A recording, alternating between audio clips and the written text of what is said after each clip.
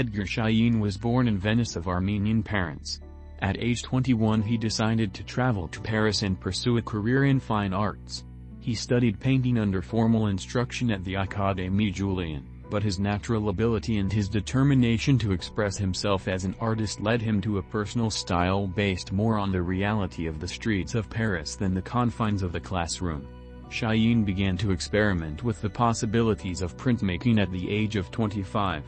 Although he had already achieved some success with his paintings, he became fascinated with prints and soon worked exclusively in this medium. His prints were very much in demand by collectors, and the well-known publisher, Edmond Sagot, quickly became his dealer. He won several medals and awards and received many commissions.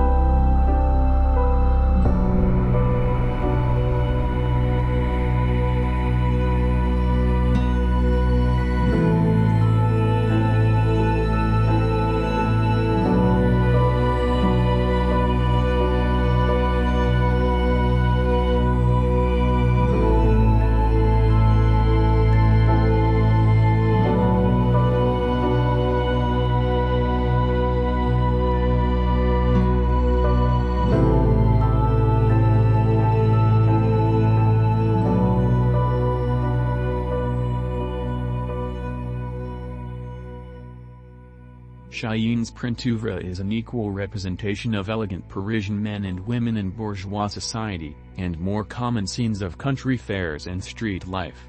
His sympathetic depictions of children, beggars, circus performers and other often forgotten people were engaging and touched the emotions of the observer, while his portrayals of the more fashionable side of Paris accurately captured its joie de vivre. Neither a part of the traditional schools and academic circles or identified with the more contemporary artists, he preferred to think of himself as a student of the street. Visually, it is clear that he drew both subject and technical inspiration from some of the master printmakers of the 17th century, particularly Callot, Rembrandt, Daumier, and Meryon. Other subjects in the life of Paris began to emerge at the turn of the century as the artist became intrigued with the nightlife of Montmartre.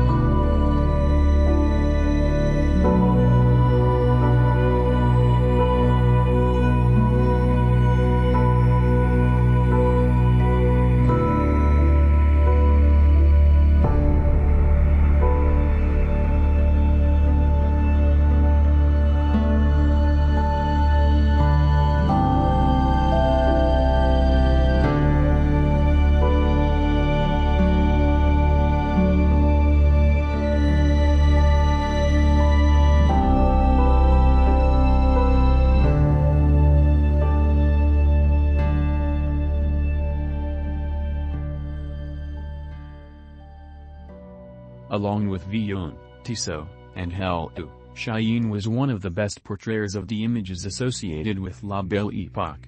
The parks of Paris, the boulevards, elegant women in carriages, all form a vivid impression of the prosperous side of this period in French history. For these subjects he drew inspiration, not only from the long tradition of French printmakers, but also from Whistler and contemporary artists including Toulouse-Lautrec and Degas, whose flat arrangement of compositional elements provided a true departure from tradition. The death of his fiancée plunged him into a deep depression, and he left Paris to travel through Italy. This voyage gave him the serenity and the inspiration to begin working with new enthusiasm, actually etching the day's drawings onto copper plates in his hotel room each night.